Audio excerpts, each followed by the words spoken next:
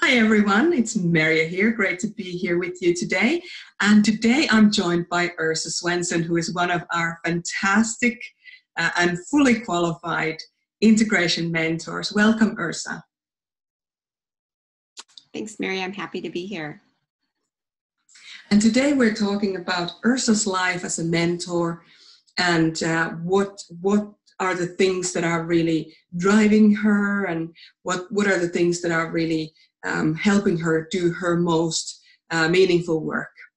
And before we get into what your day-to-day looks like these days, because I'm very curious about that, are you okay if we just jump into a little bit of questions around your training and how you became a mentor effectively? Okay. Oh, sure. Okay, yep. Awesome. So you were one of our first mentoring students. So you were also one of the first to qualify.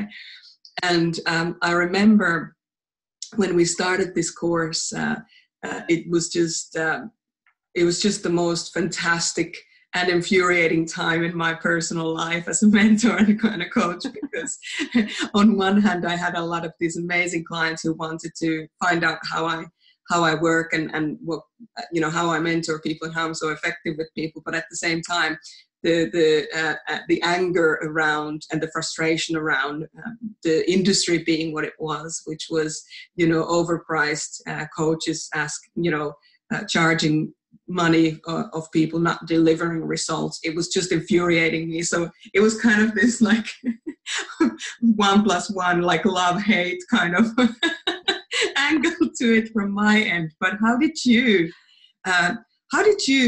want to, like, when did you realize that you wanted to become a mentor?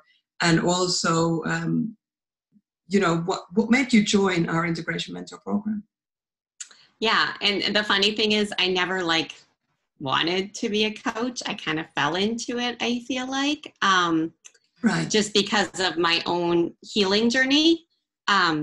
So for me, it started, I was just in massive burnout, and something that kind of lit a little bit of a spark inside me was this women's wellness education program that someone was offering. Like, oh, I'd like to learn how to do that.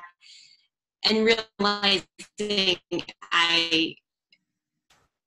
there's no way I could serve other people at that time, just where I was at in my life. But it was something that I wanted to do finally that kind of got me out of that stage. So that was my first step that I did. And then my next thing was like, okay, I kind of like that, but I want to be able to work more one-on-one with people. And so I ended up taking an equine facilitated coaching program, which was absolutely amazing. Yeah. And again, it was so much growth and recovery and healing. So it was kind of like along my path, I was picking up the tools that I needed to help other people, but I was very much in my own process still.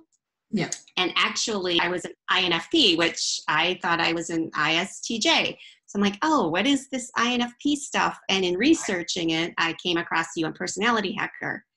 And I ended up doing actually the INFX Unveiled program along with the mentoring program at the same time. So I was still deep healing and learning to be a mentor. Yeah. Wow, that was like a double whammy. It was. How you survived, I'm still not quite sure, but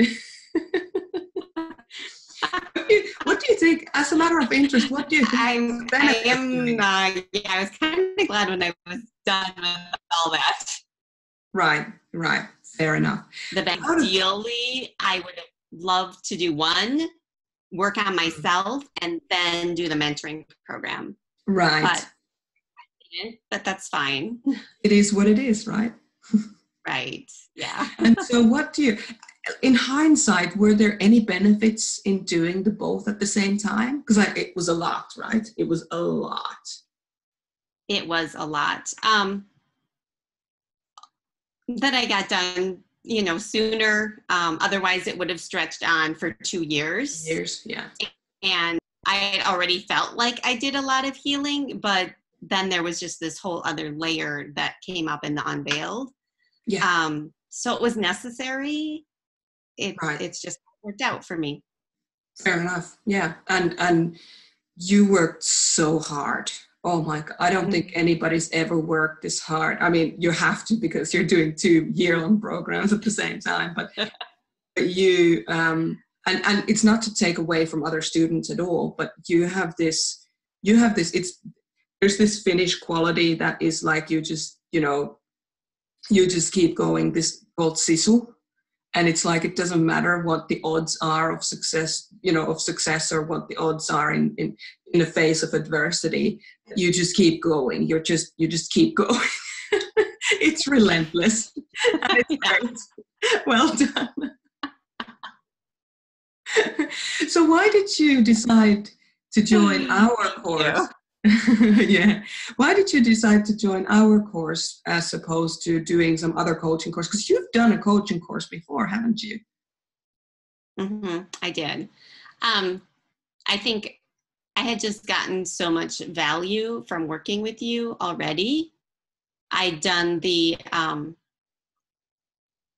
actually, I think I misstated before. I did the deep dive with you was the year-long program. Yes. It was the unveiled that I did before I started. Initially. So I got that.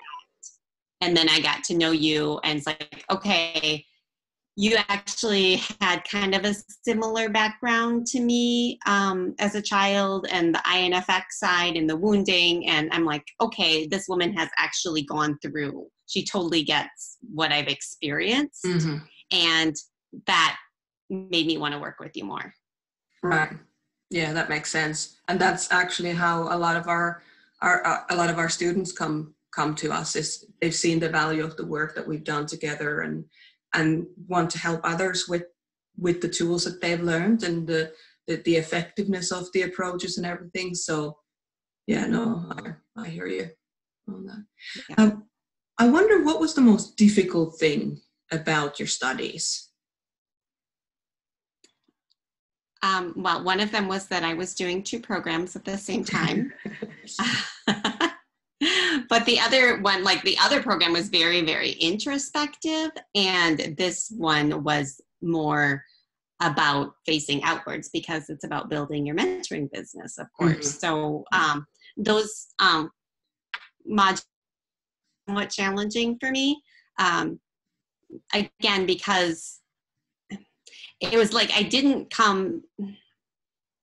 kind of fell into coaching because that I had just gotten so much out of my own journey that I decided, how can I not share this with other people?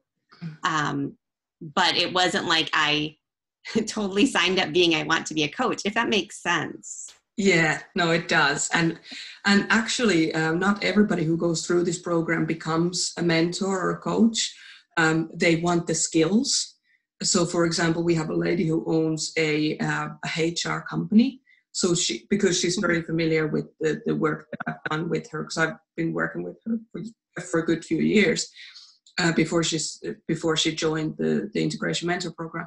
This work, if she never decides to do mentoring or coaching when she finishes with her studies, she'll be able to use all of these tools at her current business, at her current work.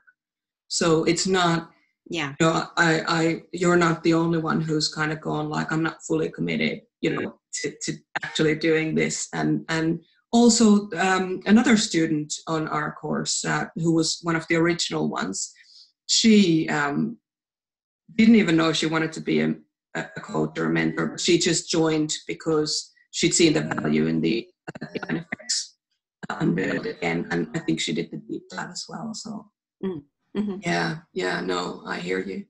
That's really interesting. So would you say that the most difficult aspect was kind of the outward facing activities, which naturally would make you commit to the process? Yeah. There wasn't like, you couldn't hide. It's like, okay, you have to put this out on Facebook. It's like, oh yeah. How about that website and that phone call, right. Get your phone sorted and everything. Yeah. Because it's a very practical. I'm like, I haven't really told a lot of people what I'm doing. Yeah. Yeah. Yeah, and that's why one of the things that we also do is we make sure that you do those outfacing activities during the study, so you don't finish your studies and then do them, because it's so much harder. Yeah. Easing into it is just, it makes a big difference in that aspect. Definitely. Yeah. Was there anything that surprised you about the course?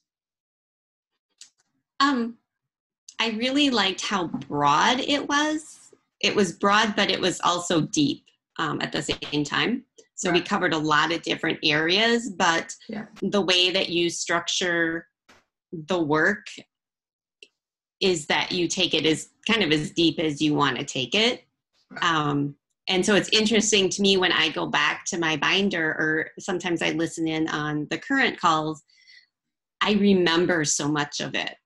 Yes. You know? Yeah.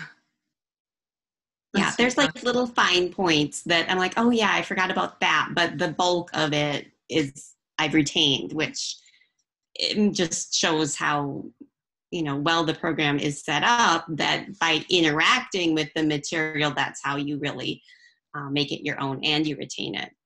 Yeah, and of course, because you still have access to the current call. So once you do the program, you're still, so just for the benefit of somebody who's like, ooh, why is she still doing the training? But once you join the program, you actually have access to all the current mentoring live calls, the recordings, not the actual calls, but the recordings. So you can kind of re-study as you practice. You can reiterate things as you practice over it. And something that I really recommend that people do as well is to do exactly that, at least for the first 2 or 3 years of their mentoring practices. Keep relearning the stuff, because it really solidifies it. Yeah. So when did you finish your studies? It was 2000. When was it? It was like February of 2018. Oh yeah. So you've been you've been mentoring effectively for about 1.5 years. So tell me about your life as a mentor. So you finished your studies.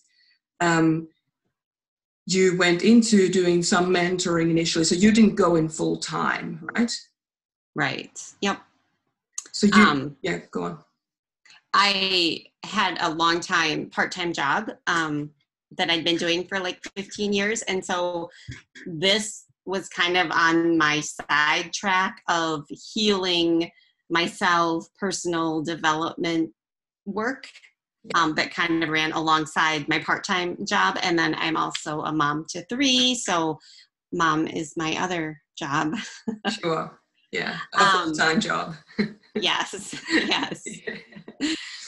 So I feel like, I haven't like totally dove into it yet. I am phasing out of that part-time job currently and getting ready to do so. I don't think I will work full-time, because that's just not work with my life.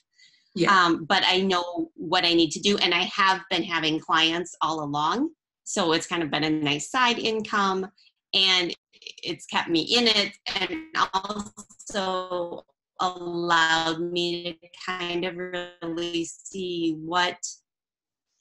who do I like, or the theme that emerges, because I didn't have a really specific niche determined when I was starting out. So it's been, for me, it's what I needed to do. Yeah, that makes sense. And so how many clients, like all together, all the clients that you've worked with, how many clients have you worked with? Can you give me like a ballpark figure? I think it's about 25. Okay. So in 1.5 years, even though you haven't really been focusing on getting into a full-time position with this, or make this into a full-time career for yourself, you've still been working with about 25 people. That's pretty incredible, because one of the things that a lot of coaching students struggle with is that a lot of people start a coaching career or mentoring career on the side of another job, which is something similar that you were doing a part-time contract work and being a full-time mom. But a lot of people find it really difficult to phase out the part-time job because of the security and not necessarily being able to get the clients because they don't do the marketing training or the niching training or the outward face. They don't practice the outward facing activities within their coaching training. Mm-hmm. So do you have any like observations on that, or like 25 clients, very part-time alongside of another 1.5 full-time jobs effectively? How did you do this, Ursa? It was sometimes some were continuations of my practice clients. Some were referrals from those practice clients. Some were referrals through your network, Merja. So it was a lot of referrals, really. It wasn't that I was getting out there and speaking and really putting myself out there. I also had the opportunity to work with some couples, which just totally fell into my lap. But I was working with a woman and she was like, this is so great, but if my husband could just hear it. And I'm like, well, let's see if he'd be interested. So I got on a call just with her husband because he was interested. So I got on a call just with him to kind of like, talk to him a little bit, find out where he was at without any other influence, just pressure. Where are you at? Yeah, exactly. Are you really ready to make some changes? And what kinds of changes is it that you're looking for?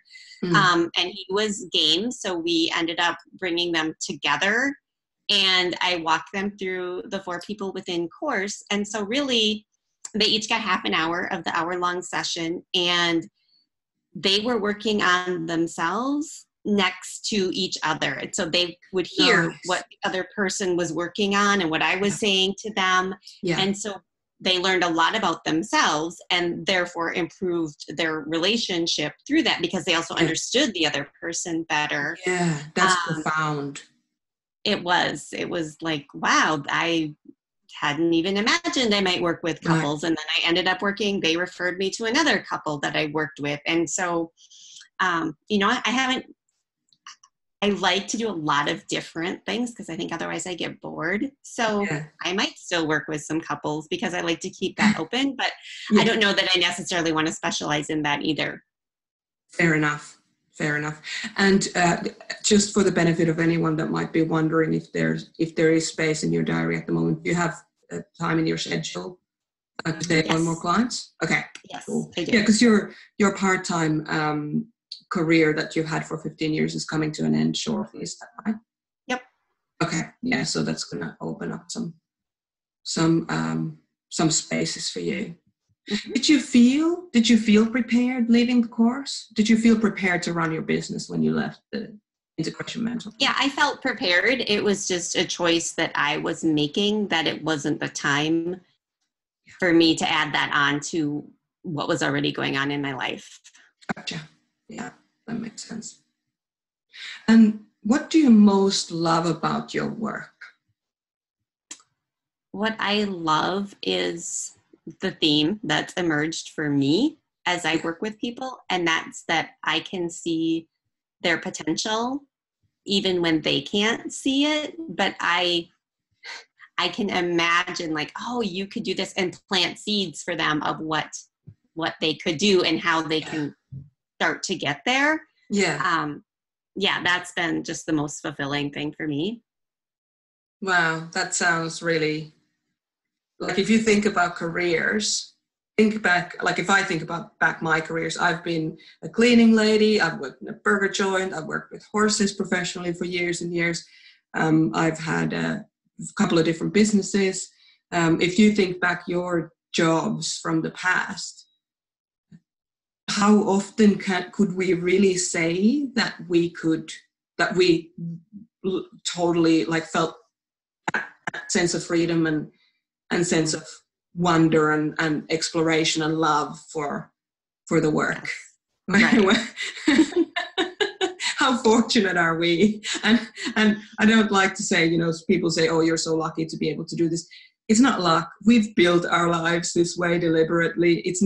This isn't we just happened to come across this. No, this is this is what this kind of systematic approach can give you. You decide that, if you want to be a coach or mentor, you do your mentoring training, maybe you do the integration mentor program, and you've decided that you're going to go down that road, and you're committing to the exercises. And the exercises, when you take action, it just brings you to a different place than maybe you were before. Yeah.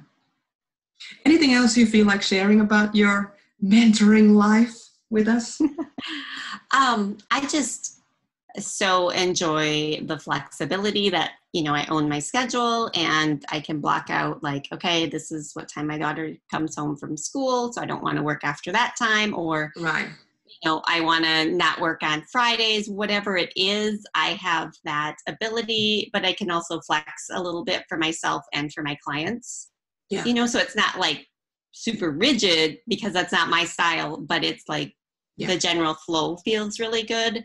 I also take 1 week a month off, and that's always a nice time to get some other things done, or maybe we're going out of town, and it's built into my schedule. Yeah, that's not actually unusual, because that's one of the things I teach in the course as well. You work with your clients 3 weeks out of the month, so you get a week and a half every month off, except for February. But there is that. You're right. There is that. Like the third week. I don't know if yours is the third week off, but my third week off is always like I can catch up with the things I haven't had time to catch up until now. And you kind of, I don't know if you feel this way, because I know you're super busy, but for me, like just with this one career, it feels like I'm on top of things, or, if not all the time, at least most of the time. And I'm able to make the most out of my life outside of the work. So it's almost like everything, like you give yourself a break. That's how it feels. You give yourself a break, and you give yourself flexibility, and you respect yourself. You respect your body, you respect your mind, you give your mind a rest for a week. It's just, it's just, I've never experienced anything like this before. I started doing this work myself. So. Well, and I so appreciate that you suggested that. And even on the flip side, when I was the student, in the course and in the mentoring, I so appreciated that third week of like, woof, right. I get a break, I can get some other things done. So right. It's good on both sides. Yeah, I agree. Because sometimes you need also the time to kind of integrate what you've learned. So you're not just learning for the sake of learning, you're actually taking it in. And sometimes, sometimes when you're like, even if you're mentoring a client, or even if you're mentoring, training a student or whatever, that extra week in between, you're just able to actualize the things that you've learned a lot better. It's like you understand yourself, you can kind of settle into it, let it percolate. That's a really good point, Ursa. Yeah. Can I ask, what's you were talking about like zooming out to a week. Is there what does your day look like? That's what I'm really wanting to know. I'm just curious. And I know that because you're so interested in different things, and because of your personality type, you're very creative. You have, so you probably don't have a standard day is what I'm saying. Can you give us an idea? Can you pick out a day and just tell us what you were up to? Yeah. So on a normal day when it's not summer, so my daughter goes to school, either I take her or my husband, it just depends on the day. And then I have a couple of blocks of time where I work, and it might be doing a mentoring session. It might be doing my part-time work, whatever kind of work it is. And then I take a break for lunch. I try to get outside and do something because that really rejuvenates me. Yeah. Then I come back and do another session, and then it's pretty much time to pick her up again if it's my turn. And then I'm family life. So it's a really nice schedule. Sounds like a combination of different things. You're looking after your body. You're doing the nature thing. You're looking after the family side of things. So you're interacting like quite deliberately, but also you get your mind stimulated, but not too much, because that can be a problem too. Hey. Mm-hmm. Yes. Yep. Yeah. My part-time work was very, very, very, very analytical, and I called it my work for a while. work. I have my work to do. I would tell my family, and then they'd know, oh, that's her part-time job. And then my mentoring was my work. And yeah, so it's nice to have that break where it's not all analytical. And the mentoring it's analytical, but it's also feeling, and it's also intuitive. It's kind of all of it in the sensing. It all comes together. Yeah, and absolutely. And also, you're using your genius, your greatest gifts to the world, but you have that human interaction with your client. And especially for introverts, that one-on-one. Yeah. I'm so grateful to have this time with you. Do you have any questions for me about mentoring, about anything at all? You can ask me anything. I'm game. I think for me, my question is what's your best practice in preparing for a mentoring session? And then when you're done, what's the best way that you have found you disconnect from the work, so you're not constantly thinking about your clients, especially when there's a lot going on for them? Fantastic question. Absolutely fantastic question, and quite timely as well. It's funny how these questions always come in time. I was working with a client yesterday, and they had done something that they weren't particularly happy about, and so they were disappointed with themselves. And after the call, I could still feel their disappointment inside of me. And some of us who are very intuitive, if you're an intuitive, especially an intuitive feeler, like INFJs, ENFJs, INFPs, ENFPs, we can carry other people's energy for quite some time after we interact with them. So you may have noticed that you get really affected by other people's emotions and, their psychological state and all those kinds of things. So it's funny that you're asking this question. I'd like to answer that one first and then go into the prep. So what I do is, in those situations, is I just acknowledge that is that person's experience, and I have to allow that person to have their own emotions so that they have the best opportunity to learn to move through those emotions and really support themselves. Because as you know, but others may not know who are tuning into this video, we teach our clients to become self-supportive and they're self-sufficient, so that they're not dependent on us to give them value. We're not on some pedestal up there, yelling down what people should do. We are our clients' teammates. We hold their hands when, they need to be held, and we show them the way, the next couple of steps when that needs to be done, and that's fine. But we don't see ourselves above our client in any shape or form. In those situations when you can't let go of what the person is feeling, especially if you're an intuitive feeler type, you tend to think that it's you thinking those thoughts. So it was so funny yesterday. I haven't been well. My voice is still a little bit down.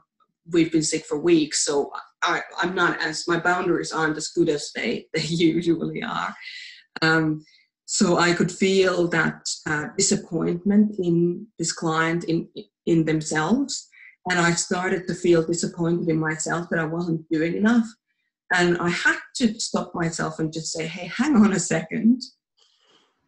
Look around of what's actually the reality, not what you think is the reality, because your emotions are not facts. And so I had to literally stop myself that time and just say, this person is disappointed in themselves. That is their journey, and I have to allow that journey. Me brooding over their disappointment about themselves is not going to help them in any way. in any way. In fact, it's going to stop them. If I try and make them feel better about something, of course I'm going to support them and say, look, it's okay, this can be rectified, and here's what you can do to rectify the situation. And then you decide going forward that you're not going to conduct yourself this way. And that's fine. Life continues. I know you're disappointed in yourself right now. And please know that is a way for you to say, going forward, I won't be doing this. So I need to allow the person to be that, to go through that step-by-step journey for themselves so that they can be empowered in a situation like this if it ever occurs. And so that they can do something different the next time. So if I go in and go like, it's okay, it's not that big a deal. Well, maybe it is a big deal, Right. Maybe, and it certainly is a big deal to this person. So if I kind of go and try and dampen it down, the person doesn't have the ability to then go and work through that and do something different the next time. I'm keeping them in that pattern. I don't want to do that. So that's an important thing. If you catch yourself still being stuck in your client's emotions afterwards, or their space afterwards, is to say, hey, hang on a second. This is not going to help them whatsoever. The way I leave the sessions is I take, I finish their client notes, I send them off, and I just literally I close my laptop and just go, so breathing it out, and then I focus on the next segment of my life, whatever that might be. How I prepare is a very similar thing. I may have read their client notes before the session, well before, when I received them, but I take just a few minutes to scan through the notes again to get into the person's reality so that I can do as much comprehensive listening. You remember from your training, there's different types of listening, and the comprehensive listening is something that we really want to embrace as much as possible in these situations. So I want to get into their experience and how their experience is affecting the bigger goals that they're wanting to achieve, so that I at least have as much understanding as I possibly can before I go into the session of the situation. Now, what's important about that is that you need to know that you don't know everything. You don't know. I won't know exactly how they're feeling, which means I'm going into the session as prepared as I possibly can, and then checking in with the client. How are you feeling right now? What has your day been like? What has your week been like? What have your wins and challenges been? And let them give me more information of where they actually are. But because I've prepared, I'm already kind of halfway there, so we can just fill in some blanks, or I might be completely wrong, in which case I'll get a lot more new information. And then ask questions, ask powerful questions. What's happening with this? How are you feeling about that? What's going on with that? And that's how I prepare. Just do your best to tune into where the person is at according to their notes, according to how they were the last time you spoke to them, according to whatever messages they may have sent you between sessions and that kind of thing. And just tune into that. Just truly be there as comprehensively as you possibly can. But I want to say mentoring is not just about where the person is at. Mentoring is about where the person is at in relation to what they want to achieve. Yeah. And that's what it's really, to me, that's what it's all about, really. Does that answer your question? Sorry, that was a little bit long. No, thank you. What's your routine for preparing, by the way? I try to get to my office at least 15 minutes before the call. Yes. I will have already read through their homework that they sent to me, so I know where they're at. Yeah. And then I have some binders that I have at my fingertips, so I get those set up. I may pull up their Myers-Briggs type, so I can have their 10-year-old's this, okay, so I've got it right there in front of me, and then I get everything ready on my computer, and it's time to go. Yeah, nice. So not all that dissimilar. It's No. There's a lot, because we take this so seriously, because we don't think we know everything. there are certain things that you want to do before you jump on a call with another person to make sure that you're really respecting all of them. You're really embracing the situation that they're in, that you're really meeting the person where they are at that time. There is nothing quite like, and the political atmosphere right now isn't, it's 2019, July, end of July. The political atmosphere doesn't really, there's a lot of highlighting, especially like globally, but especially in the US, there's a lot of highlighting on how we treat other people, you know, how we connect with other people. Do we have empathy to a person's experience that might be different from ours? So, yeah. So at least we want to make sure that with our clients that we're as present as we possibly can and supportive as we possibly can. So thank you. Thank you, Ursa.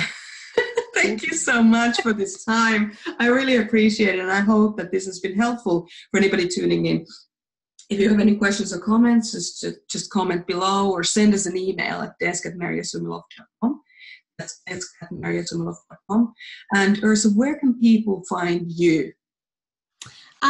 The easiest place would be to email me. So it's Ursa, URSA, at ursaswensen.com. And it's URSASWENSEN. Yep. Yeah. And as we talked about before, you still have, you're going to have some openings shortly in your schedule. Yep. So even if you're tuning into this video later on in the year or next year or whenever, it's still worth checking in with Ursa and see if she has availability, because, or if not, just pop on her waiting list too, because the work that you do, Ursa, is just so empowering. I've seen the feedback from your clients, from your case study clients. What you do is truly changing the world, and I have to say I feel privileged to have been a part of that journey for you as your mentor and as your trainer. So thank you so much for doing this work with me. I really appreciate it. Thank you, Merja, for all that you've done. Let's stop crying now. Okay. So thanks everyone for tuning in. Any questions at all, send us a message. And thanks again, Ursa. And we'll talk soon. Take care.